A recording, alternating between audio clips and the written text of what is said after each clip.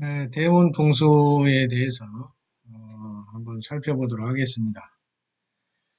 보편적으로 대문이 풍수에서 중요한 요소로 자리 잡고 있는데요. 대문은 그 기구점으로 보기 때문에 매우 중시하는 경향이 있습니다. 현대 아파트 같은 경우에는 현관을 대문으로 봐야 되겠죠. 그래서 들어가는 그 외부와 내부의 경계선상에 있는 문, 이것을 이제 주로 대문이라고 얘기를 합니다.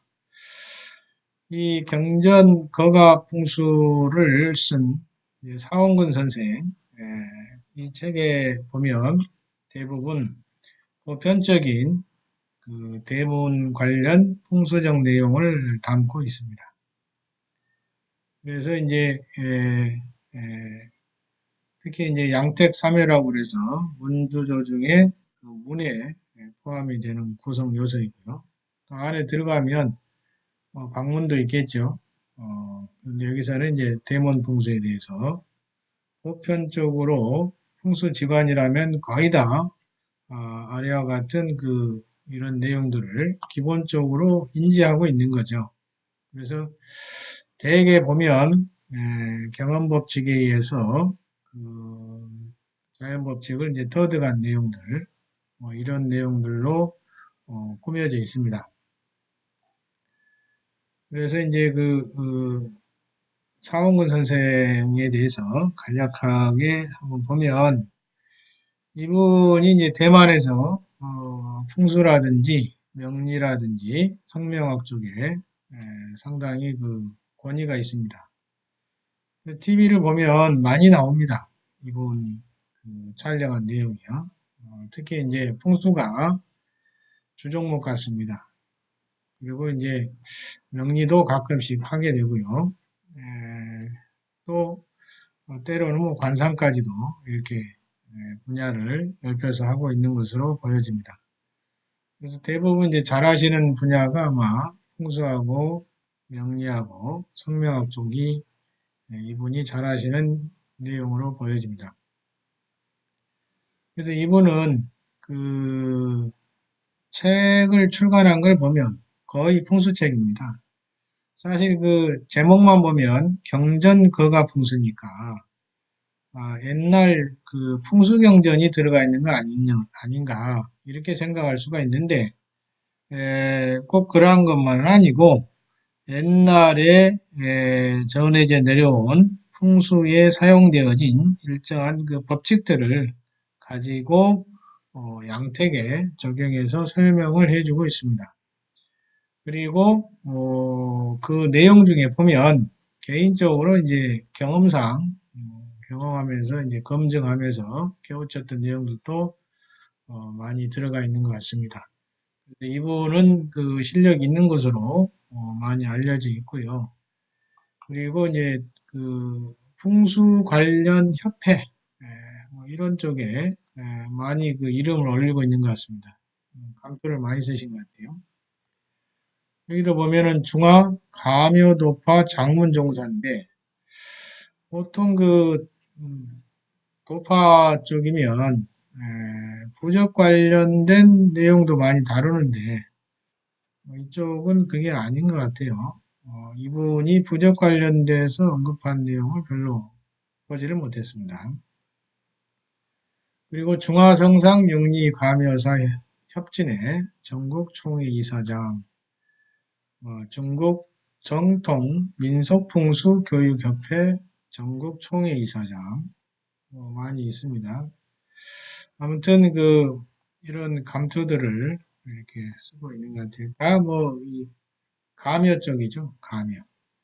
가묘, 명리 이런 얘기인데 주로 이제 역이라고 하면 역의 분야에 속하는 게 자연법칙이기 때문에 그런 자연법칙을 표현하는 방법의 차이이고 사실은 풍수라고 하는 게 여러 가지 역학 학문의 종합판이다. 이렇게 봐야 되겠죠. 모든 걸 다 해내야 되는 게 이 풍수입니다. 풍수. 그래서 풍수는 뭐 기본 태길부터 시작해서 여러 분야를 필요하면 이제 부적도 쓴다든지 여러 분야가 종합되어 있는 게 이 풍수 분야입니다. 그래서 이분은 주로 이제 TV에 많이 나오시고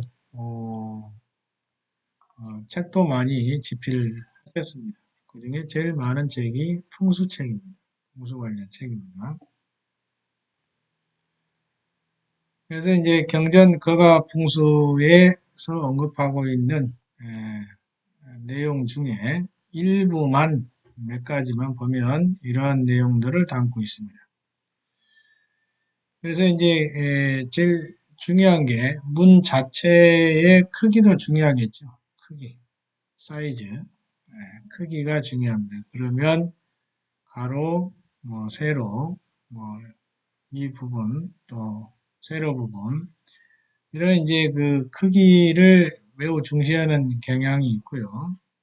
그 다음에 두 번째 이 문 자체를 보는 거죠. 문 틀, 그 다음에 문 자체 모양을 보는 겁니다. 그래서 문의 크기라든지 그 다음에 문 자체를 색상, 문 자체의 색상이라든지 재질이라든지 이런 걸 보게 되는 거죠. 여기에 따라서 이제 미치는 영향력, 여기에 대해서 이제 분석, 감정을 하는 것이고요. 또 하나는 이제 문이 어느 방향에 있느냐 하는 거죠. 어느 방향에 있느냐. 그래서 방향에 따라서, 시온에 따라서 기둥이 영향을 받는다. 라고 하는 게 이제 대부분 풍수사들이 주장하는 내용이고, 대부분 그 내용을 다루고 있습니다. 그래서 풍수는 어찌됐든 그 시간적인 측면과 공간적인 측면을 함께 다루고 있습니다. 그래서 그 물리적 특성이라든지 이런 것 등을 유심히 관찰하게 되죠. 그리고 문의 위치에 따라서 주변 환경이 어떻게 되어 있는지 그걸 분석하게 됩니다. 주변 환경은요. 그런데 이 문에 서서 볼 때 그 내려가는 계단을 보는 경우 또는 올라가는 계단을 보는 경우 이렇게 구분할 수 있죠. 그래서 내려가는 계단은 내리막길로 이렇게 되어 있겠죠. 특히 빌라나 원룸 이런 데 건물들을 보면 다가구 주택 이런 건물을 보면 그 문의 위치에 따라서 이 하향 계단이 보이는 경우가 있고 또 하나는 그 바로 위층 올라가는 계단이 보이는 경우가 있습니다. 두 가지 경우가 다 있죠. 때에 따라서는 단점만 있는 건 아닌데 주로 이제 보편적인 설명을 하다 보니까 이렇게 내려가는 계단은 재력이라든지 재물이 떨어지는 추세에 있고 상향 계단도 그 계단의 모양, 형상을 가지고 이제 이렇게 해석을 하는 거죠. 그래서 의의 사고라든지 기장이 불완전 이렇게 해석을 해주고 있습니다. 다른 것도 봐야 됩니다. 참고 이런 내용은 이 현가풍수에서 주로 다루는 내용이고 현기라고 많이 얘기하죠. 현기인데 주의할 게 있습니다. 이거 무슨 하나를 얘기하면 이게 전부있냐 해석하시면 절대 안 된다는 점입니다.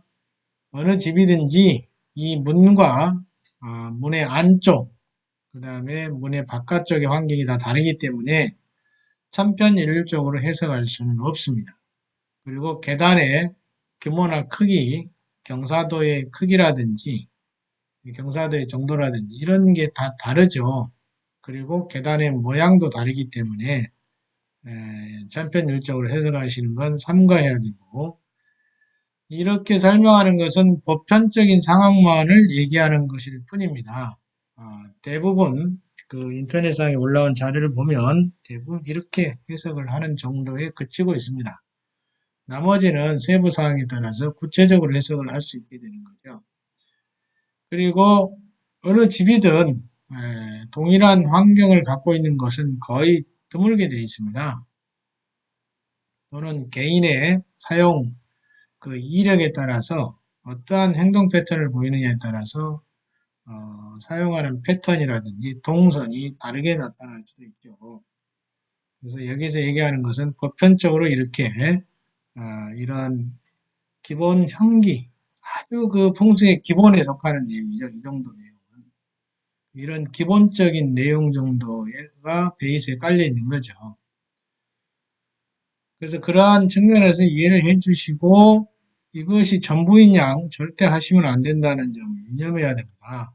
풍수하신 분들의 자꾸 오류, 잘못 판단한다는 게 한 가지를 가지고 전부인 양 해석하는 게 큰 문제죠.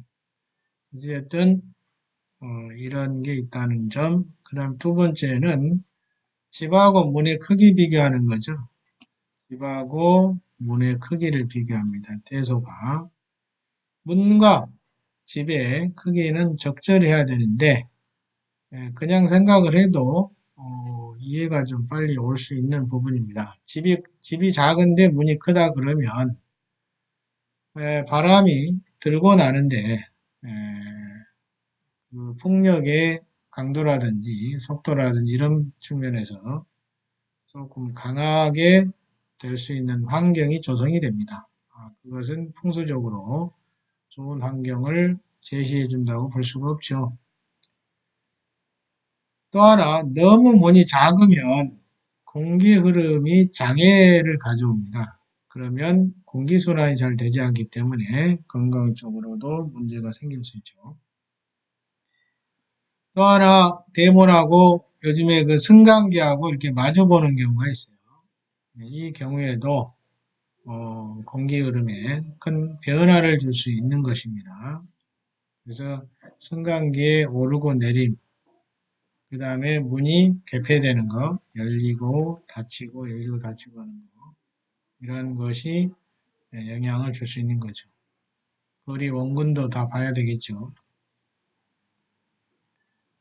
그 다음에 이제 단독주택이라든지 전원주택 같은 경우는 문 앞에 이런 큰 나무라든지 또는 전봇대가 서 있는 경우가 있습니다.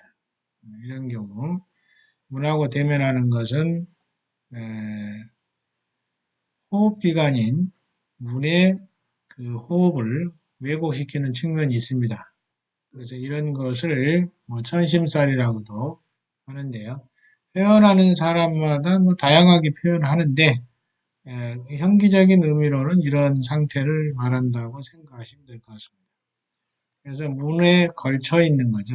문에 걸쳐서 서 있는 기둥 또는 나무가 됐든 아니면 철 기둥이 됐든지 간에 다 영향이 있다고 봐야 되겠죠. 의의 사고라든지 혈광의 전환, 이 형상이 주는 의미가 있습니다. 이걸 하나의 그림으로 연상을 하시면 이렇게 될 걸로 보이는데요. 아무튼 지금까지 이제 풍수를 수천 년 동안 해오면서 얻어진 경험칙들이 하나하나씩 열거되고 있는 거죠. 그 다음에 대문 위에 들보가 있다면 그 노출된 들보를 얘기하는 거죠. 밖으로 노출되어 있을 때 압박감이라든지 이런 게 올 수 있다. 사람한테 영향을 줄 수 있다는 얘기죠. 중요한 것은 우리가 보통 풍수 그러면 자꾸 보이는 내용만 생각하시는데 풍수, 사람이 가지고 있는 천기하고 사람이 가지고 있는 인기, 그 다음에 물질이 갖고 있는 직이라는 게 있습니다. 이 세 가지의 영향을, 이 세 가지의 결합 상태가 결국은 인간의 삶에 영향을 준다는 거죠. 그렇기 때문에 풍수는 정화방문이라고 말씀을 드린 이유는 이 세 가지가 결합이 되어 있어야 됩니다. 이 천기는 날씨도 해당이 되겠지만 날씨로 쓰는 용어이긴 하지만 여기서 말하는 것은 이제 포괄적입니다. 시간적 의미로도 쓰이고요. 그래서 천지인 삼재가 고려돼서 판단이 돼야 한다는 거죠. 구체적 판단을 할 때는요. 그래서 이 경전거가 풍수에서 언급하고자 했던 작자의 의도는 대부분 어떤 지기적 측면으로 보여집니다. 지기적 측면, 물질적 측면에서, 현기론적 측면에서 주로 언급한 내용을 다루고 있는 책이죠. 그래서 주방, 방의 풍수적 의미, 침대 배지는 어떻게 할 것이냐, 뭐 이런 것을 그 현기적으로 판단해서 설명하고 있고, 주로 이제 이기적 측면에서는 많이 좀 상가하는 부분이 있는데 이기 부분도 언급은 하고 있습니다. 특히 이제 그 방위를 고려해서 설명을 하는 부분도 많이 언급이 되고 있고요. 아무튼 이분의 주장뿐만이 아니고 중국 대륙의 풍수 집안들이 하는 내용들도 살펴보면 대부분 이러한 내용은 다 알려진 사실입니다. 기본적인 사실에 해당이 됩니다. 그래서 필요하시면 한번 잘 살펴보시고 대문에서 봐야 될 내용들입니다. 대문의 형태는 뭐 다양하겠죠. 모양도 뭐 여러 가지로 나올 수 있는데 그래서 이 양문으로 되어 있는 거 또는 문이 하나는 크고 작을 때의 효과라든지 뭐 이런 여러 가지가 시간들 사이에 논의되고 있고 그걸 또 감정을 하십니다.